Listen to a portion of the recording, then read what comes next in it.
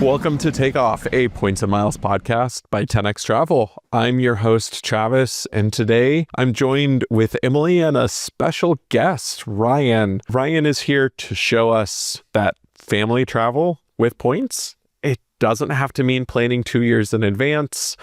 It doesn't have to mean limiting yourself. She is going to be such a fantastic expert for those of you interested in family travel. And like when we say family travel, it can expand to just group travel too. If you've got more than one or two people, a lot of times you can feel like the points game operates a little differently. And while that's certainly true to an extent, Ryan's going to show us that it's not necessarily as different as you might seem. Ryan is a longtime 10X reader and mom who's really just become a master at all things family travel, whether it's last minute award travel, premium cabin, spontaneous pivots, and just the inevitable travel mishaps that happen. If you've ever felt like points only work if you're single, solo, or trying to plan something a year or two out, Ryan's here to show you why that's not necessarily true. So Ryan, welcome and thank you for joining us today.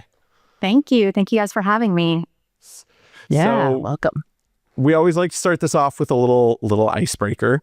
So hopefully not putting y'all too much on the spot, but I'll keep it easy today. If you could go anywhere with your family tomorrow, so talk about last minute, no planning, just go, where would you go? Probably somewhere in Southeast Asia, maybe Thailand, maybe Vietnam. That's been on my list for a long time. I love the beaches. My kids like to be go, go, go. So anywhere we can kind of mix the two and have some adventure, that's exactly where I'd head to. And the food. I'm a big foodie, so I want to go eat all the food. Can't overlook the food. No. That's a good one. That's a good one. I don't know what I would pick. Japan. Mostly because there's no snow here, so hopefully there's some there. I don't know where it all is this year. And it's January right now, so you are itching for some snow. Yeah. I'm ready. And me. Oh.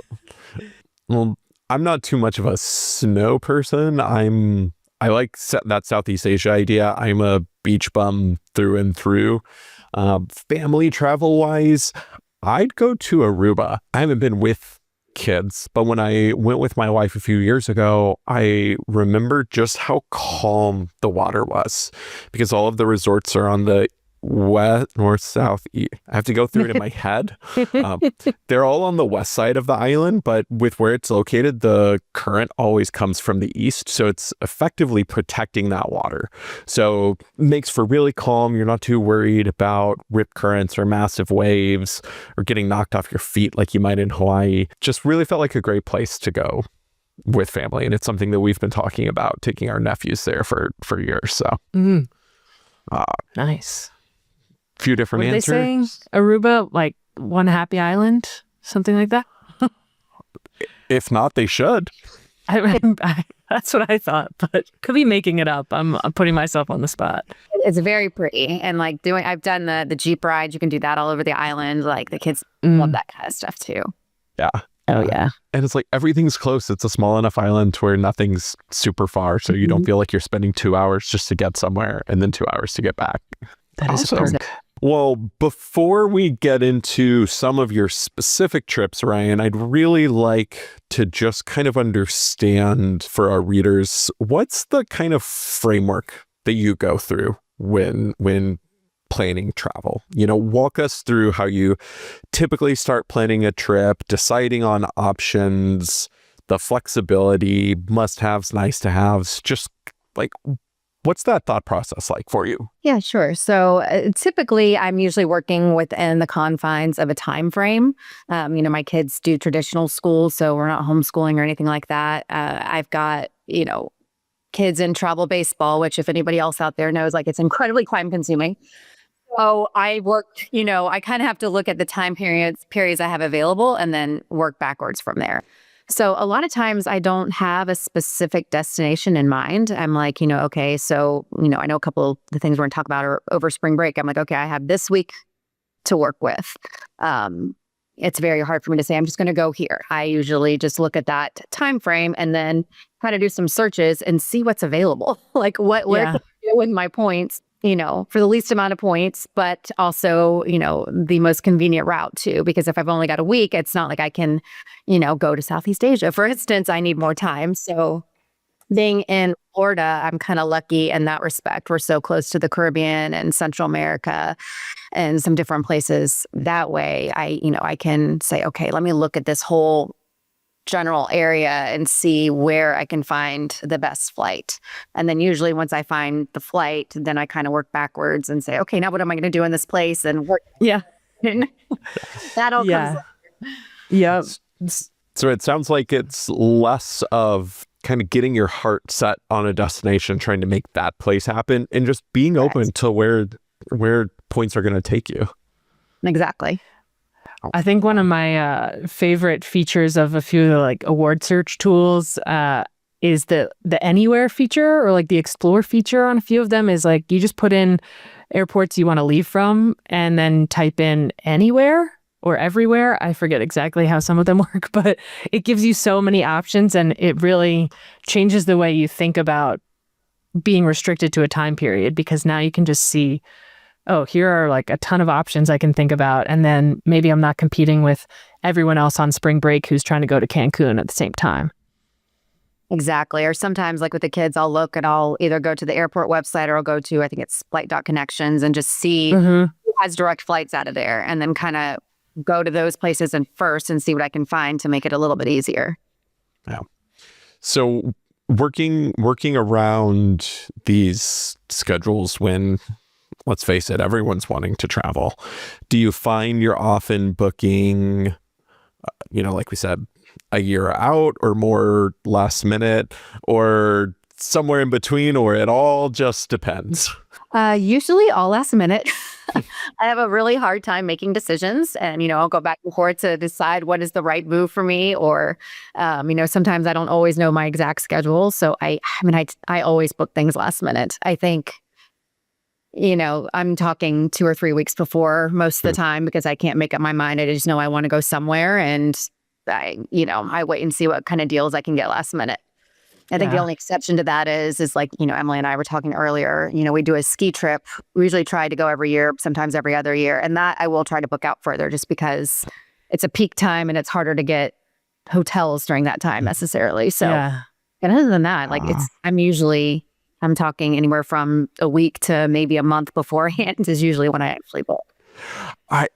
Separate from just the actual technical side of doing that, I feel like one part that, like, as I'm thinking about last minute travel, that's often missed, and maybe this is just me and y'all are going to tell me that I'm crazy, is also just that like emotional excitement. Like, I know when I first book a trip, I'm so excited to put everything together and figure out what we're going to do. But after like a few weeks, it kind of dies down a little bit until the trip comes, versus with this last minute, maybe it's just me and I'm crazy or something. Like, that feels like it would give me the whole time of excitement, because it's all of this work. You know where you're going to go. Now you're figuring out what you're going to do. And then you just get to go and do it instead of wait for it to happen. Yeah, exactly. And it keeps me from overanalyzing everything, because, if I have a trip that's booked too far out, I will continue to look at, maybe I'll find this better hotel. Maybe I'll find this better. I will look and look and look for, the entire 9 months ahead of time. Whereas booking last minute, I'm like, okay, I got to make plans and I got to make them fast. And there's no like second guessing myself. So yeah, if there's anything about points and miles, people, it's that we are all over analyzers. So I think we're all in the same boat. Like it's a classic move of like the day before your trip. Is there anything else that I could book that's better? I'm looking to put myself through a little more stress before I leave on my trip. So how, when you're kind of booking last minute like that, waiting to see what pops up, how do you set yourself up from like a points earning perspective to make sure that you can book whatever shows up? Do you like focus on specific like airline programs or hotel programs, or is everything just transferable for you? Very, very rarely. I'm always opening new cards. I'm always earning points in all of the different arenas. Obviously, flexible currency is ideal. But then sometimes, I don't have, I see a better bonus on, something that's more hotel specific. So I kind of jump on that bandwagon. I like to have a lot of hotel branded cards for some of my local travel that I do.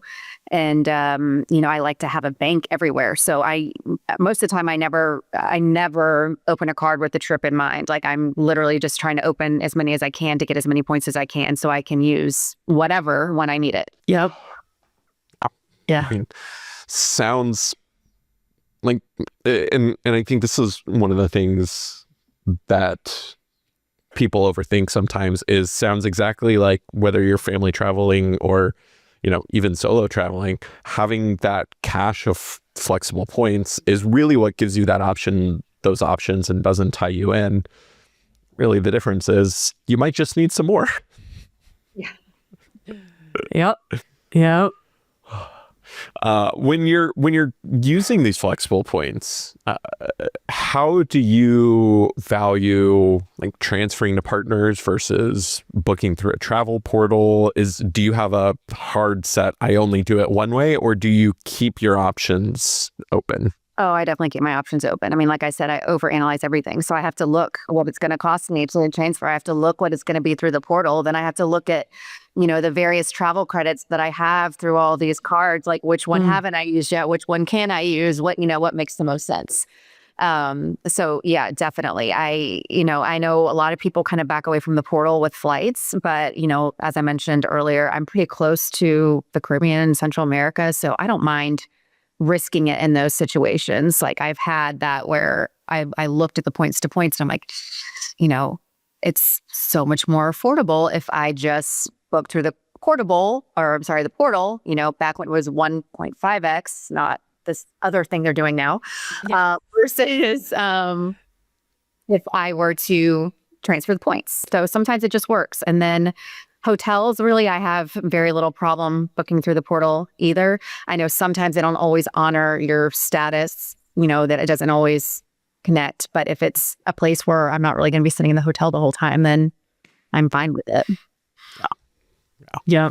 And it kind of sounds like you maybe don't get too hung up. And this is a common thing I see with newer people is getting too hung up on the value of the points and getting the most value.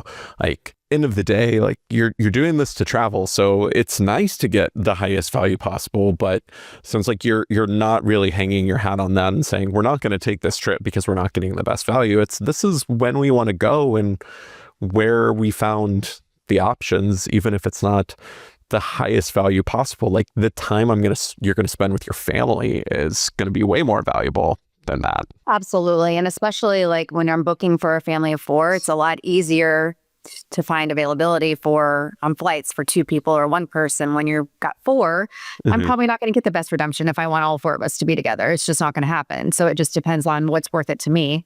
And, sometimes, having my kids happy when we land because we flew in business class, worth it.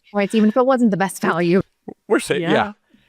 Yeah, I think that's true even of adults. It's like I will have such a better day when I land if I'm well rested. Like I get so many more hours out of my trip than if I were to land somewhere and be jet lagged and have to go sleep it off in the hotel. Yeah. I'm a much nicer mom if I'm well rested. So everybody wins. Win-win.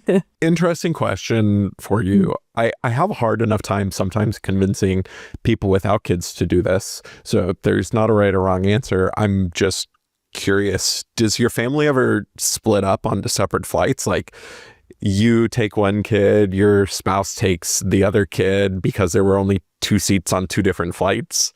So we have not gotten there yet. I am looking at travel for this summer, and I've been kind of trying to convince my husband to do that because, I just am having a hard time finding the availability for 4 people. And he's a hard no, like absolutely not. Because I think he just gives anxiety. Plus I'm the one, he's the airport prince, I should say. Yes. He doesn't know where he's going. He doesn't know, which he's having to say. He knows nothing. So I think it makes him too nervous to split up. He's like, well, what if something happens? He wouldn't even know what to do if like his flight got delayed or if he had to change or, Even my oldest today, when I was talking about this, he's like, oh, if that happens, I'm going with you. Like, don't. Oh yeah. I mean, on the same wavelength is like it probably would make it more stressful for you too, because you'd have to be like trying to help them through rebooking from maybe on your flight or in a different airport or wherever you happen to be when you're doing that. Yep. I've never split up just from my partner either, but Travis has done this a fair number of times. Do it all the time. Like probably 50% of our trips. I didn't realize it was that high. It might not be quite that high, but it's definitely pretty high. But the common objection tends to be the person who's into points understands the challenge of the availability and is like, let's try this. And it's the other one who's like, absolutely not. So speaking of, I'm knocking on wood for you, but things going wrong. One of your trips, you did have to make a last minute pivot. Yeah.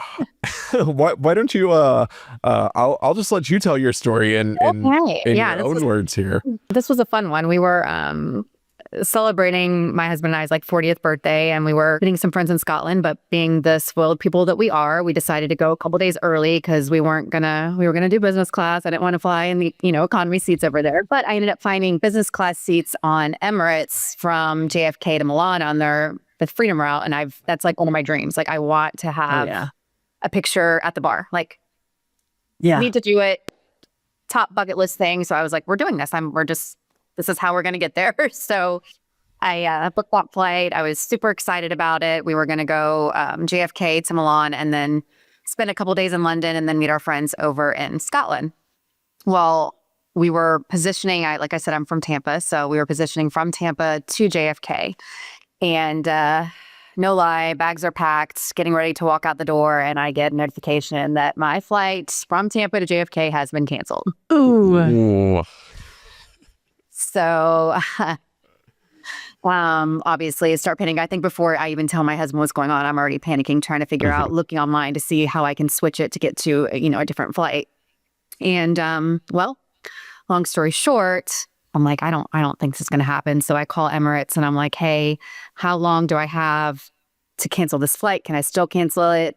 They're like, yeah, we just need 6 hours notice before departure for you to cancel and get your points back. Okay. That was probably cutting it pretty close at that point. Oh my God, so close. But I was like, but I really, wanted to make this flight. So I'm looking at options in Orlando, which is an hour and a half drive, but I'm like, they have bad weather too. I'm like, okay, well, I found a flight, I can't remember if it was out of Newark or LaGuardia, but I'm like, okay, what if I get there and then we can drive? And like, but there's just so much risk there. And like, do I want to potentially lose all these points with Emirates that I have and then still not get to take it? Or do I need to pivot? So that's what I did. I had to pivot, and I ended up canceling the Emirates flight. Then I know I had about 2 hours to try to figure this out. Well, actually, I wanted to figure it out before I canceled the Emirates flight. So I went back and like, okay, what do I have to do to figure this out? And I didn't have to get to Milan. I had to get to London at some point because that's where my hotels were for the next couple nights. So I'm like, okay, I just have to get to Europe. So I'm starting searching all over the place. Well, Virgin Atlantic has a flight direct from Tampa to London. And I'm like, there's no way. This is going to be insane. Well, sure enough, I lucked out, got on. They ended up having 2 upper class seats available. So did some quick points magic, did some transferring, and booked us on a flight that night direct from Tampa to London on Virgin Atlantic upper class. And that was... Oh. What a way to save it. Yeah. And it was by the wire. So I think I booked it like 6.5 hours before departure, just in time to call Emirates to cancel so I could get those points back, which are still sitting there, by the way. So I'm still waiting on that trip, but it's going to happen. Wow. Yeah. I can't even, outside of not being able to take the Emirates flight, like it almost ended up more convenient for you. At the last minute. Yes. Yeah. It was more convenient for sure, but their fees are higher, so we did pay quite a bit more in taxes and fees to get over the pond. Yeah. Did you have any like travel insurance help with that? I don't know if it would or not, or if any of your insurance came in to help with that. Oh, it did. Thank goodness. So we did have. I was able to use the insurance that I had through one of my cards and went through that whole process. And I think I filed for basically all of the taxes and fees that I had to pay with Virgin. I tried to get them to cover some of the costs associated with what the increase in points that I had to pay for that trip. And then I also had the flight that I had booked, which was like an EasyJet, no frills flight from Milan over to London. So I put that in there, and they actually, when all was said and done, I'm not sure how they did their calculations, but I ended up making $24 off of the whole trip. I literally made $4 on the entire UK trip that I did. Wow. That is amazing. Usually when we, talk about points and miles saving people money, it's like travel for free, not travel for making money. That is awesome. Well, it's one of those, I always tell people, like, don't bet on that insurance, but if you've got to file a claim, put everything in there. Ask for everything, because the worst case is they're going to tell you no. The best case is you make $24 out of it, which... Yep. Yeah, and I mean, I had the wherewithal, thank goodness, of like screenshotting, the text of the cancellation. I think the hardest part for me was I had to go back and get proof of why that initial flight was canceled, which was a little bit harder because they don't want to put that in there, the reasoning why it's in your flight. So, yeah, but I had to, I had all my confirmations. As long as you have everything, all of your ducks in a row. And I think it took maybe 2 months from the time that I filed and then the going back and forth and everything else before they sent me that refund. Well, I hope they didn't make it too painful for you, but it sounds like it worked out. Oh, yeah, it definitely worked out. Well, that one, where did you stay during that trip? Any notable hotels that you liked? Yeah, I stayed in, I'm trying to remember, I have some notes here. Where did I stay there? The Lost Property in St. Paul's. I stayed there for a couple nights in London. Now, this was also a last minute. This trip I knew about. Like, I think I booked this one about 5 or 6 weeks before. So that was pretty advanced for me. Oh, yeah. I booked the hotel till a week before. So it wasn't like the best redemption in the world. But I used some Hilton points for there. And then we had a large group. So in Scotland, we mainly did Airbnbs with like a few little hotels mixed in. And then we ended up positioning over to Dublin to fly out. So we spent like a night in Dublin, which is fun, of course, and stayed, right. I think at the Chancery in Dublin, I think is what it's called, which was a really, really cute property as well. So all of those were with points, which is nice. What I love about flying out of Dublin when you're coming back from Europe is it's one of the few international airports that has customs for the U.S. there. So when you land in the U.S., it just ends up being a domestic flight. Oh, which is, you're in the clear. You just walk out. Yeah, you're just exactly. Like... But I will say the downside to that was we had to clear customs. Well, the lounges over there, we flew JetBlue Mint back, and they didn't have a lounge. And the Priority Pass lounges were all completely full. So I had the most sad little breakfast in the terminal. Oh, no. How was the JetBlue Mint flight? It was wonderful. Actually, the hard product was great, much better than I expected. But yeah, it was kind of disappointing not being able to, have any of those perks before you got on. Yeah, that is a bummer. Well, that one might be a bit of a. I mean, you succeeded. You still got your trip despite the. I don't even know how to quantify that amount of stress. But let's talk about a win. You told us about a last minute premium cabin win to Italy that y'all took. Yes.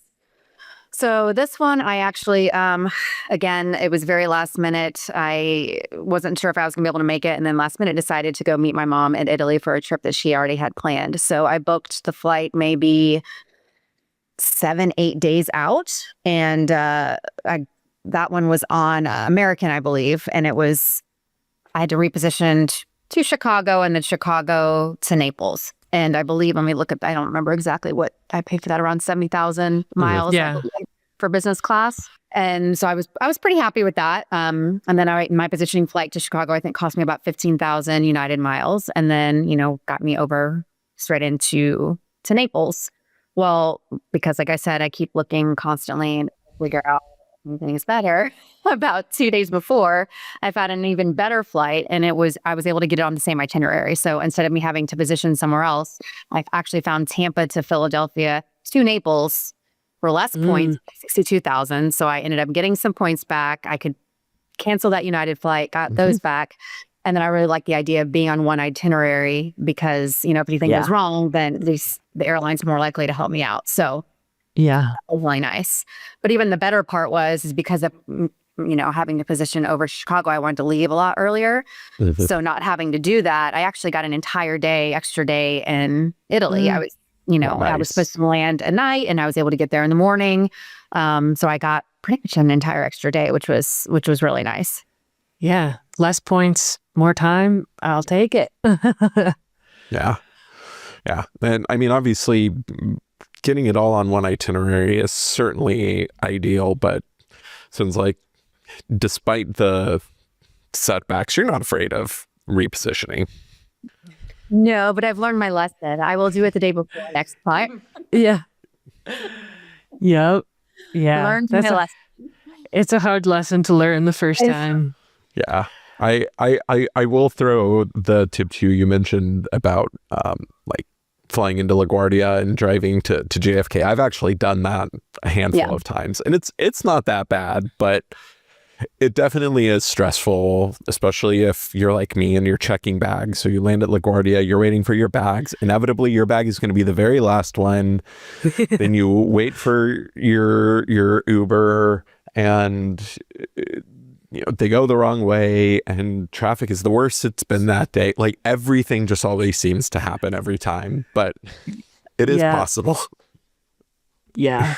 There's a lot of obstacles that could prevent that, I don't know, transfer from happening. Is that even what you would call it? Or is it a layover between two New York airports? I don't think I have a helicopter. Like you can just book the helicopter service. Oh, there you go. The Blade. Yeah.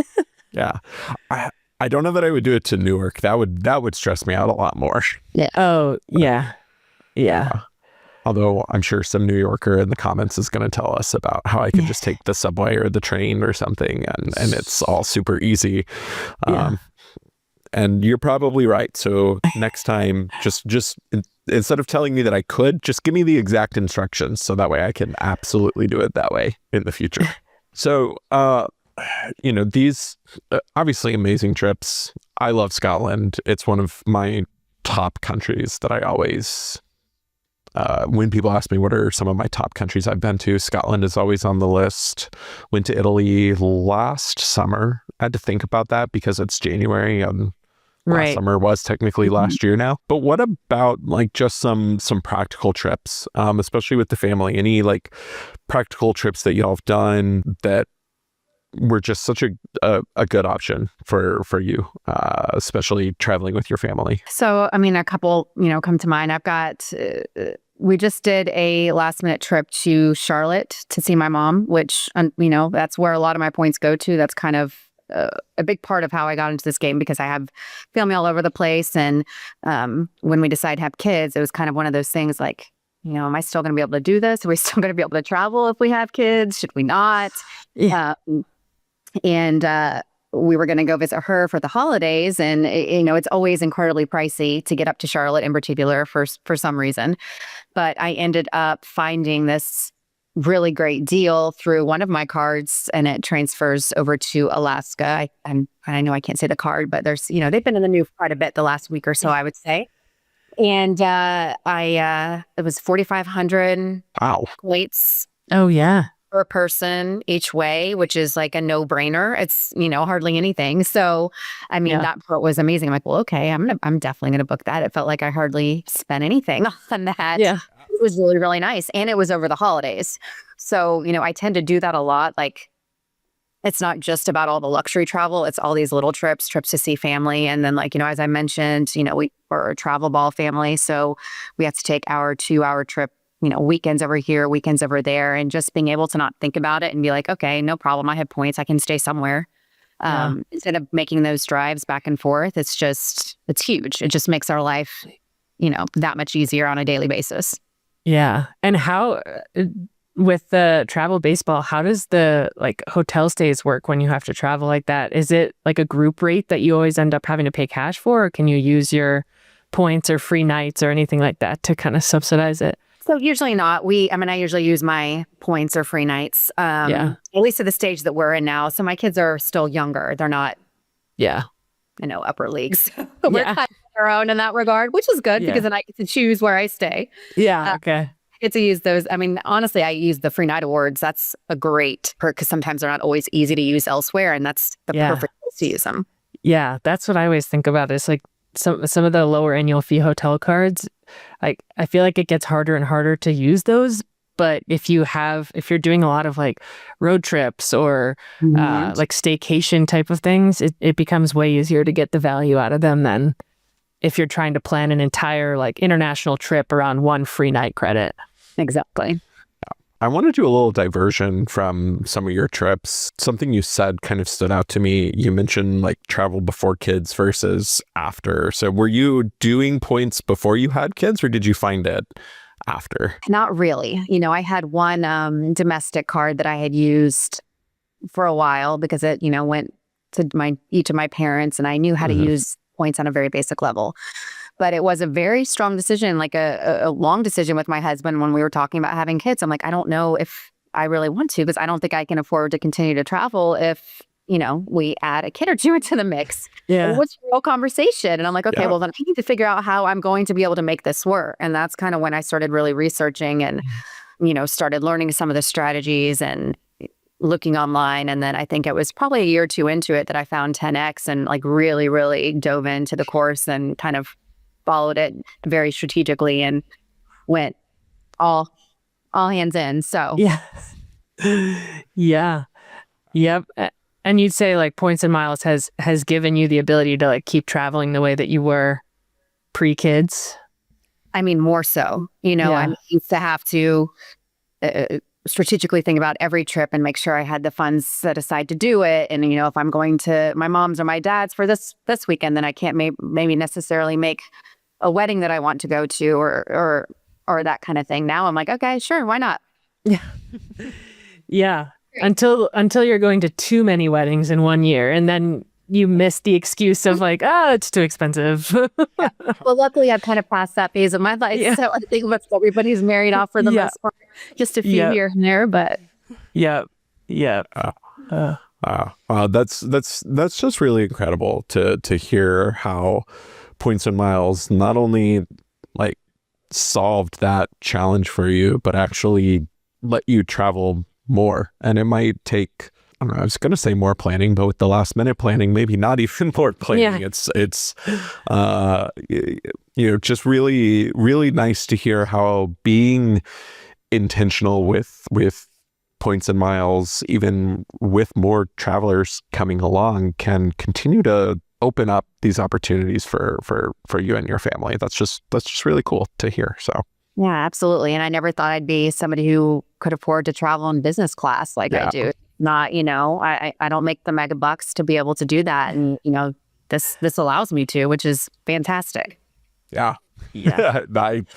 I think we're all in the same boat. I think that resonates with a lot of people. Whenever you hear about business class, don't do it until you're ready to feel way too spoiled and not want to go back. Yes, exactly. I have spoiled my husband, before he's like, what are you doing? He's definitely a quiet P2. And now he's like, well, what do you mean we're not going to have a bed? And I'm confused. Oh, yeah. Yeah. But it just becomes my leverage with my wife anytime that she's like, oh, I have to change cards again. It's like, well, you don't, but you can fly economy. Amazing how aligned she becomes whenever so that true. becomes the challenge. I have another question, actually, before you keep going, Travis. By all means. When you do these kind of like last minute plans, are you like taking input from your kids or your partner in any way? Or are you like going to them and saying like, surprise, we're going to Guatemala? It's generally the latter. I usually have like 2 or 3 options and I present them to my husband to just kind of like feel like he's included. But at the end of the day, he looks at me, he's like, I don't care, whatever you want. Yeah. And, but my kids, they might take a little bit more convincing. Not that they're excited to go somewhere, but they want to know what's in it for them. So I usually don't tell them until it's already been decided. And then I'm like, okay, this is what we're doing. And these are the fun things you get to do when we get there. Yeah. Yeah. Yep. I like that. Pitching them on a few options. That's fun. do you have to do that with your husband, Emily? No, not usually. Well, the last like big trip we went on was Australia, and it was just like, surprise, we're going to Australia. Yeah. Yeah. I do the same because my wife and I are both very like analytical. Like I find a few options and then say, here's what we can pick from. Or before, when we're thinking of our travel for the year, it'll be, do you want to go somewhere tropical or a city or Europe or Asia, and kind of like narrow it down at a high level. And then when it's time to book, it's here's what I was actually able to find. So it's not, we're trying to go to a specific destination, and if I'm not able to find it, it's just tell me the kind of trip you want and I'll work with that. It might not be exactly what you had in mind, but sometimes that makes for the most fun trips. Mm-hmm. Yeah. My husband and I have a ongoing joke because he was on a golf trip one time, and I called him and I'm like, hey, so I found this availability for Switzerland over Christmas in like 6 weeks. And he was having a really good game. He's like, oh, okay. Yeah, that sounds great. That's wonderful. Cool. Booked it. Yeah. And afterwards, he's like, did you really do that? I'm like, yes. So now anytime he goes on the golf, he's like, I'm not answering your calls. I'm not answering your calls. You can't surprise me anymore. Yeah. Well, little does he know that, thanks to some of our laws, it's always cancelable within 24 hours of booking. So you can just book it and wait for him to get He back. didn't know that. Yeah. No, he doesn't. So if you have like a few options that you're presenting, what would you say is like usually the deciding factor? Is it like destination, or is it if one you can book business class, but the other destination only has premium economy, or one has a direct flight and another has a layover? How would you say you guys end up picking? With the kids, it's usually what's the more convenient. We're going to look for, obviously anything that is direct is certainly going to be ideal, or anything that has a shorter layover or one stop. Once we get past 2 stops, unless it's a really big trip, then that's probably not going to work for us, especially given the shorter time period. So I usually at that point do go more for convenience than anything else. Are there any destinations you've been to specifically like with kids that just really surprised you, that maybe you weren't expecting to be, for lack of a better word, like the most family travel friendly destination that ended up like standing out to you a bit? Yeah. So and I tell everybody, my first favorite family trip was Switzerland, and that was a huge one. But really, the one that's kind of unexpected was Nicaragua. Love Nicaragua. Yeah. Absolutely loved it. And, obviously you hear a lot of things in the news, and you're going to Nicaragua, you're taking your kids. Oh my God. I'm like, look, I've done my research, all the things, like I feel comfortable, like I'm going to go. And it could not have gone better. Like it was amazing. Like we got a ferry, went over to Ometepe for a bulk of the trip. Kind of like stepping back in time almost, because we just rode 4-wheelers all around the island, and they had, there was a zip line, but it was a smaller zip line, which was perfect for my younger children, not like some of the big stuff that you see, I don't know, Costa Rica or wherever else, all these swimming holes in the lake, and then the fresh food right off the boat. And I think one of the best parts too is because tourism hasn't quite, at least the areas we were in, gotten there yet. There weren't like street peddlers everywhere, people trying to sell you anything. It was just so nice, relaxed, no screens, just honestly quality family time. And we had the best time. Yeah. I haven't gone with kids, but Nicaragua is actually one of the first trips my wife and I took together, and it's still, we have not been back. We've talked about it for a while, but really is just a place that absolutely blew us away. We didn't do Ometepe, but we did like Granada. So just the old colonial architecture too. Like it does almost feel like you're stepping into Europe just in Central America. Definitely. And, was it Granada? Mm-hmm. I'm getting Guatemala and Nicaragua confused. A lot of those places too, in Central America, a lot of like the restaurants and places, they all have playgrounds, even trampolines. There's always stuff for the kids to do. Like I just feel like a lot of other countries put kids first, and, something that we don't always do here. So we can enjoy our meal, we can walk around, but there's always stuff and things for the kids to do. There, these other countries, like, keep them in mind. And it's just nice and relaxing. We get to enjoy our time too. Yeah, it's awesome. A number of trips that you've done, are there any trips that y'all are looking at, working on, planning right now, whether it's to leave tomorrow or a few months from now? We do have a couple trips booked. We're doing a wedding in Mexico, I believe in May. We're going skiing in a few weeks. Both of those, booked on points, of course. And but right now I'm really trying to plan a trip to Asia. So, I said in the beginning, if I could go anywhere, it would be Southeast Asia. And it's because it's all in right now, trying to find that availability for our family afford to go. And, it's talking about splitting up. It's talking about if my husband's willing to do maybe premium economy instead of business class. And that's kind of been a struggle, but we're working on it. What airlines or routes are you looking at for that trip? Anything you're prioritizing, or just whatever's available?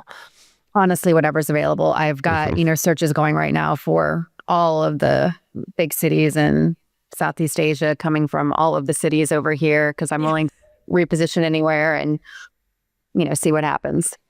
Yep. Whether you'll end up in Thailand, Vietnam, Indonesia, it's like they're all wins. They're all wins. Yeah. Well, like I said, I can't take up my mind wish. So, it might be where I find the availability. That might determine where I end up going. So we'll see. If you do end up in premium economy, I'm very interested to hear how it goes, because I've been saying on here for a while and still haven't done it, that I feel like premium economy is such a great option and a great value, and how I want to do it. It's just every single time it's been an option, there has been business class and it's only 15,000-20,000 points more. And Emily and Matt talk me we just don't believe you. We just don't believe you'll ever do it. Or that. Maybe you just don't believe. Yeah.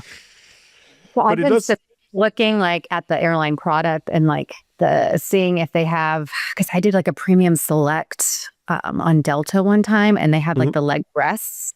So not just the foot rests. Oh, yeah. Leg rests that kind of come out, and that was a game changer for me. So I'm that's kind of how I'm sorting through. I would consider doing this if they have that same kind of situation. Yeah. I feel like I really want to try it on a daytime flight back from Europe, because I'm trying not to sleep already, so I just need a comfortable enough seat. I said Asia. I definitely meant Europe. No, you said Europe, I think. Oh, did I? Okay. I think well, so. in my head, I said Asia. So, well, you're committed to it now. No sleeping on your flight back from Asia, sitting in premium economy. Can I please do the Europe one first? Tough luck. Sorry.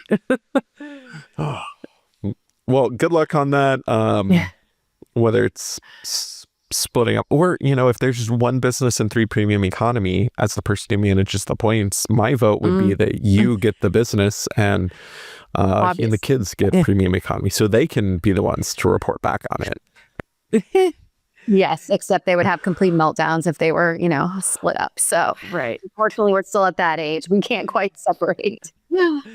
How do you navigate the hotels when you're traveling with your full family? Do you do separate rooms, or you try and find rooms that are large enough for all of you, or is Airbnb the way to go? So I typically do hotel rooms. Right now, in the States and in much of the Caribbean, I have no problem booking a hotel room for the 4 of us, two queens. My kids are still younger. That's fine. So we haven't quite had to deal yet with some of the restrictions of Europe.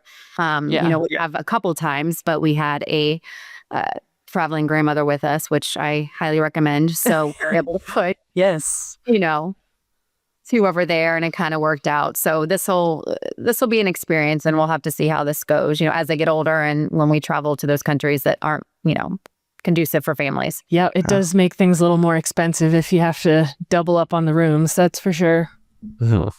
That's when you get them their own loyalty programs and you make them start earning points.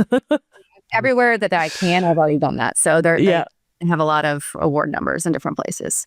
Oh But I yeah. will say, even with the one room, one of the things that's kind of like one of our non-negotiables when we do travel is I really like we have to have a balcony because it's our way to escape once the kids go to sleep. My husband and I can go out on the balcony and at least enjoy some time and not be stuck in there having to go to sleep with them. So that's one of the things I always look for when I'm booking a hotel.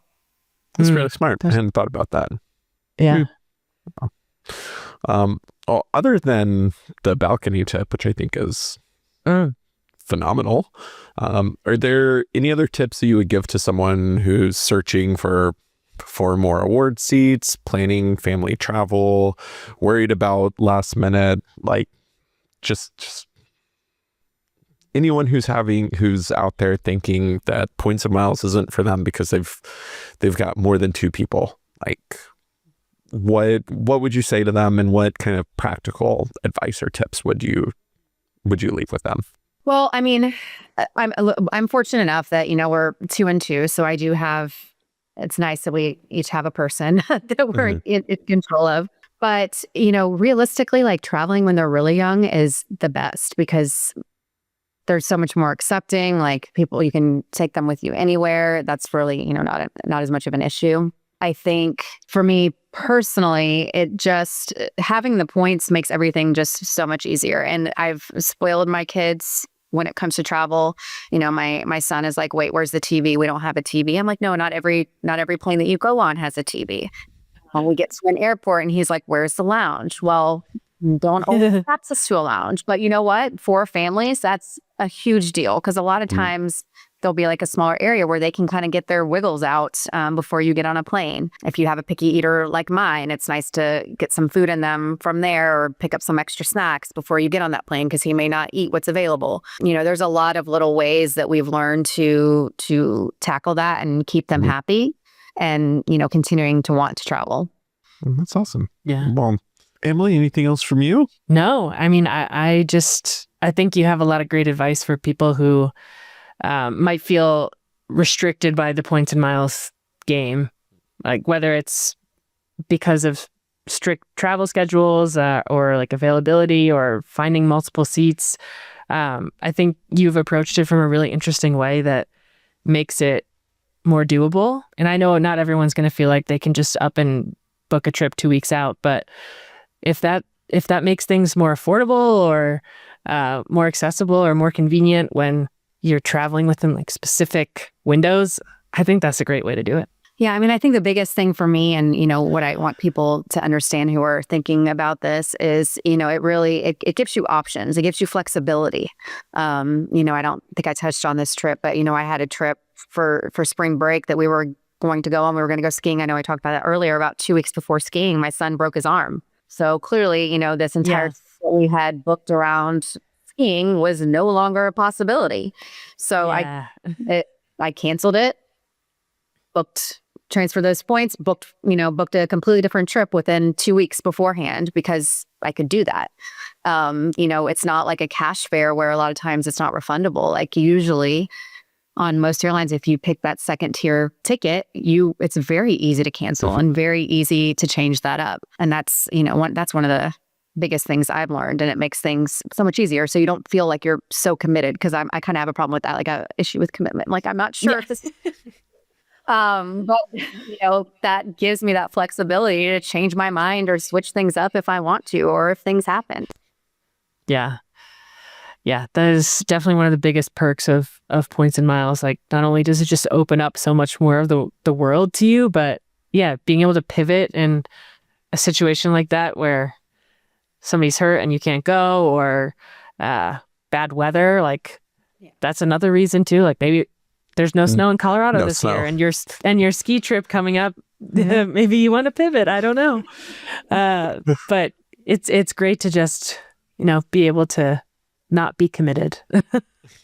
Yeah, and I think the only other thing I would kind of add to that is like, I know, especially when I first started, it was like, I want to, like you were saying earlier, I want to get the most out of my points, make the best redemption. I want to fly in the best business class seat or first class seat. You have these big dreams. And like I said, I'm still trying to get on that Emirates flight, and I've still got points there, and I'm going to make it. But sometimes it's not always about that. A bed is a bed, and even like a lower end bed can make all the difference. I booked a Edelweiss ticket from, I think it was from Zurich. It was coming from Italy to Zurich back to Tampa, and I had some better options out there, but being able to get off of a long haul flight and land in Tampa and just go home, have 20 minutes home. Like normally I have some kind of, at least a 3-hour flight once I get off the long haul. I mean, that was huge for me. I'm like, okay, done. Sometimes convenience wins over everything.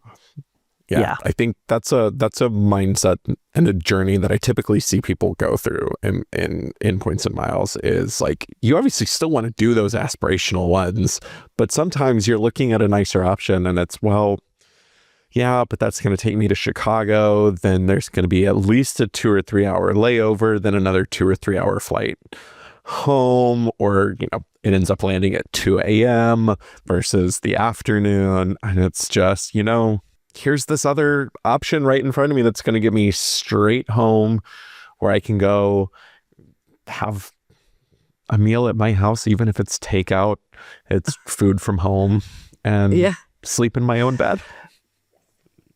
Yeah, that is definitely a pivotal moment. And sometimes I feel like I'm there, and other times I'm still like, I'll do the crazy thing to fly whatever this... I know you're still in that boat, Travis. I am for sure. But it's a balance for sure. It used to be always get the best. Now there's other priorities, and maybe that just comes from getting those experiences. But like, hey, Emirates now flies between, Miami and Colombia. So, That's a but I don't think it's... It's not long enough. I know. Funny. That is another mindset thing too, of like, if it's an elite cabin, you want it to be longer than 6 hours. Yeah. You like what? I'm like, to go to Europe, I'm like, can I go back over to Dallas to go over, or like what flight do you take? Because then it's such a shorter trip. Yeah. Can I fly through Doha to get there? Sounds good. It's those flights where you want to board and they say, oh, we're waiting on the captain coming from another flight. Take your time, captain. It's okay. I'll stay right here. Don't you worry. Well, I think that's going to do us for this week's episode of Takeoff. Ryan, really just thank you so much, both from me and our audience, and just reminding all of us that family travel with points and miles doesn't have to mean chaos. It doesn't have to mean years of planning. It honestly, it doesn't have to be hard. I think that's my biggest takeaway that I'm hearing from you is it doesn't... yes, the more people you have, the more challenging it is, but the same rules apply. Having some flexibility, some creative searching, and just that willingness to book first and set aside the optimizing factor of it goes a really, really long way, whether it's one person or four. To me, you've really shown that family travel with points and miles is not some insurmountable hurdle, and that you really can do it. So thank you so much for sharing some of your stories, some of your crazy pivots, and just how you've made it work for you and your family, and what it's unlocked for y'all. So absolutely. And again, thanks for having me. I enjoyed it. Of course. And, so I'm always learning, so I keep watching. It's a journey.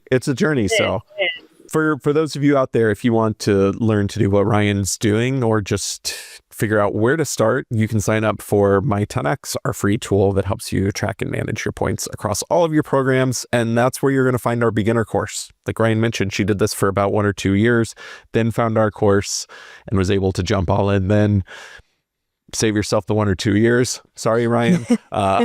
Save yourself the 1 or 2 years and just start with our course right there to get a head start. I'm also going to give a plug here to Ryan. If you liked her stories and want to follow more, you can find her at TikTok, Instagram, I believe YouTube as well, at RoamLikeRyan. We'll have links to her socials in the show notes, so that way you can easily find them and follow along with her journey. So, and if you're part of our Facebook group, welcome. If not, and you're on Facebook, please join. It's the biggest Points and Miles community in the world, where you'll find stories like Ryan's every day. And I can just about guarantee you that there's someone with advice for your exact question. So follow Ryan, like and subscribe, leave us a comment, engage with this, share this with your friends and family, especially those with family who might hear you talk about Points and Miles and think, well, sure, that works for you, but it doesn't work for us. Ryan